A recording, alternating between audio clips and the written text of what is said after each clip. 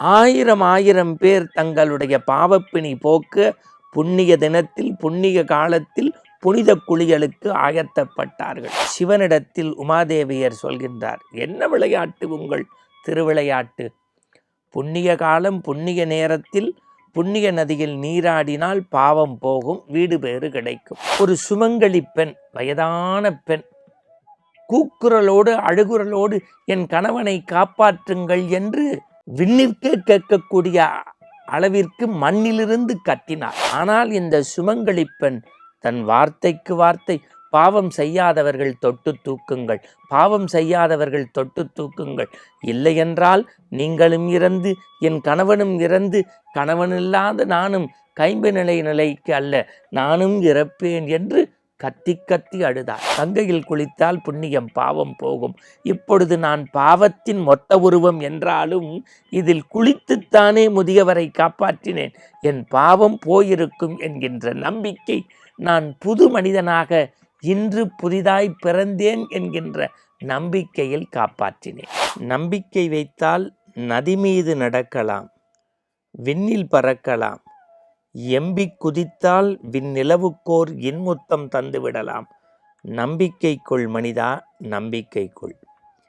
இந்த வரிகளையெல்லாம் படிக்கின்ற போது என் செவிக்கும் சிந்தைக்கும் வந்து போகின்ற ஒரு வாசகம், நம்பினார் கெடுவதில்லை, இது 4 மறை தீர்ப்பு. எப்படி? நம்பினார் கெடுவதில்லை, இது 4 மறை தீர்ப்பு. உங்கள் அனைவரையும் அப்படியே விண்ணுலகத்திற்கு அழைத்து செல்கின்றேன். அங்கு இந்த மண்ணுலகத்தில் மனிதனை படைத்து காத்து ரட்சித்து எல்லாம் செய்யக்கூடிய அம்மையப்பனாக இருக்கக்கூடிய எம்பெருமானாகிய சிவபெருமான், மாங்கனி உடைந்து தேங்க வயல் வந்து மாண்புணல் விளைந்த வளநாடா மாந்ததவர் உண்பர்கோன் பரவி நின்ற மாந்துரை அமர்ந்த பெருமானாக இருக்கக்கூடிய ஈசன் உமாதேவியரோடு காட்சி. உமாதேவியர் தன் விழிகளை மண்ணோக்கி பார்க்கின்றார். ஒரு புண்ணிய காலம், புண்ணிய வேளை. புண்ணிய காலம், புண்ணிய வேளை. உங்களுக்கு தெரியும், புண்ணிய காலத்து புண்ணிய வேளையில் மனிதர்கள் எங்கே இருப்பாங்கன்னா, நல்ல நதிநீர் ஓடக்கூடிய இடங்களில் இருப்பார்கள். கங்கை கரையோரம் கரைபுரண்டு ஓடக்கூடிய நீர், கங்கை கரைபுரண்டு ஓடக்கூடிய நீர், ஆயிரம் ஆயிரம் பேர் தங்களுடைய பாவப்பிணி போக்க புண்ணிய தினத்தில் புண்ணிய காலத்தில் புனித குளியலுக்கு ஆயத்தப்பட்டார்கள். உமாதேவியருக்கு சிரிப்பு.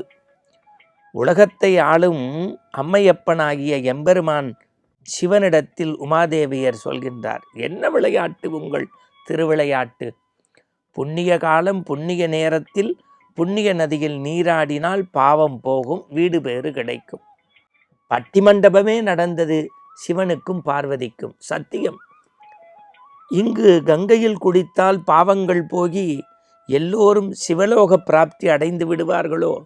கங்கையில் குளித்து பாவங்கள் போனால் நேரடியாக விண்ணுலகம் வந்து சொர்க்கலோகத்தின் கதவு திறந்து வைக்கப்படுமா? பெருங்கூட்டம் இருக்க வேண்டுமே, ஏன் சிறுங்கூட்டம்? சிவபெருமானுக்கு சிரிப்பு. அவன் ஆனந்த தாண்டவம் ஆடினாலும், அவன் ஆனந்த தாண்டவன் ஆடினாலும், அழகு சிரிப்பு சிரித்தாலும் 7 உலகத்திற்கும் கேட்கும் அல்லவா? ஆனாலும் இந்த கேள்விக்கு விடை சொல்ல பார்வதியின் செவிகளில் கிசுகிசுத்தார். அப்படி கற்பனா கங்கை கரை. ஒரு சுமங்கலி பெண், வயதான பெண், கூக்குரலோடு அழுகுரலோடு என் கணவனை காப்பாற்றுங்கள் என்று விண்ணிற்கே கேட்கக்கூடிய அளவிற்கு மண்ணிலிருந்து கத்தினார். படித்தவர், பண்புடையோர், அறிவுடையர், ஆச்சாரியர்கள் என்று அருகிருந்த 100கணக்கான பேர் புனித கங்கையில் குதித்து அந்த முதியவரை காப்பாற்ற முற்பட்டார்கள். ஆனால் இந்த சுமங்கலி பெண் தன் வார்த்தைக்கு வார்த்தை, பாவம் செய்யாதவர்கள் தொட்டு தூக்குங்கள், பாவம் செய்யாதவர்கள் தொட்டு தூக்குங்கள், இல்லையென்றால் நீங்களும் இறந்து என் கணவனும் இறந்து கணவனில்லாத நானும் கைம்பு நிலைக்கு அல்ல நானும் இறப்பேன் என்று கத்தி கத்தி அழுதாள். வந்தவர்களுக்கு ஆச்சரியம். பாவம் செய்யாத மனிதன் உண்டா? இவரை காப்பாற்ற போய் நம் உயிரை ஈந்து நம் உயிரால் இந்த மூதாட்டி உயிரும் போக வேண்டுமா என்று பின்னுக்கு வந்தார்கள். அறிவுடைய 100 பேரும் பின்னுக்கு வந்தார்கள். பாவம், ஒரு இளைஞன், கந்தல் உடையோடு வந்தவன் உள்ளே குதித்தான். 30 வயது நிரம்பிய இளைஞன் ஓடுகின்ற கங்கை நீரில் நீந்தி போய் பெரியவரை காப்பாற்றி நிலத்திலே கொண்டு வந்து எல்லோரிடத்திலும் விடைபெற முற்பட்டான். எல்லார் புருவங்களும் ஆச்சரியப்பட்டது. இளைஞரே, மூதாட்டி சொன்ன வார்த்தையை கேட்டாயா? நீ பாவம் செய்ததில்லையா? புண்ணியமே செய்த புண்ணிய ஆத்மாவா? அவன் சிரித்தான். பாவத்திலேயே உருவான ஒரு உடம்பு உண்டென்றால் அது என் உடம்பு. உச்சந்தலையிலிருந்து உள்ளங்கால் வரைக்கும் பாவம்தான். நான் ஒரு புலையன் பெற்ற மகன். பக்கத்திலே இருக்கும் இடுகாடில் 30 ஆண்டு காலமாக என் தந்தை புலையனுக்கு நான் உதவி செய்கின்றவன். ஓடுகின்ற கங்கை நதியை நோக்கி பல நாள் வருவேன். ஒரு நாளும் நான் குளித்ததில்லை.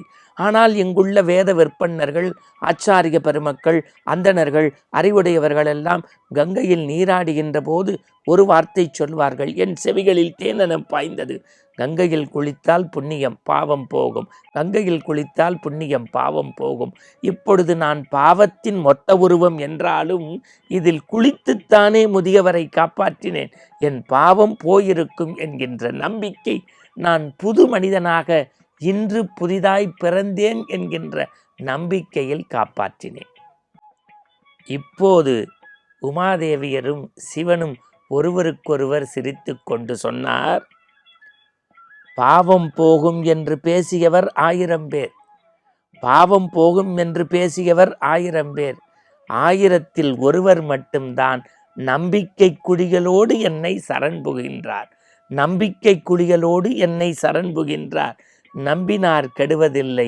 அது வீடு பேறு அடைவதற்கும் வீட்டிலிருந்து பூஜை செய்வதற்கும் ஒற்றை வார்த்தை, நம்புங்கள், நம்புங்கள், இறைவனை நம்புங்கள், நம்பினார் கெடுவதில்லை. இது 4 மறை தீர்ப்பு. மீண்டும் நாளை காலை ஆனந்த ஆரம்பத்தில் சந்திப்போம். நல்ல நல்ல செய்திகளை சிந்திப்போம்.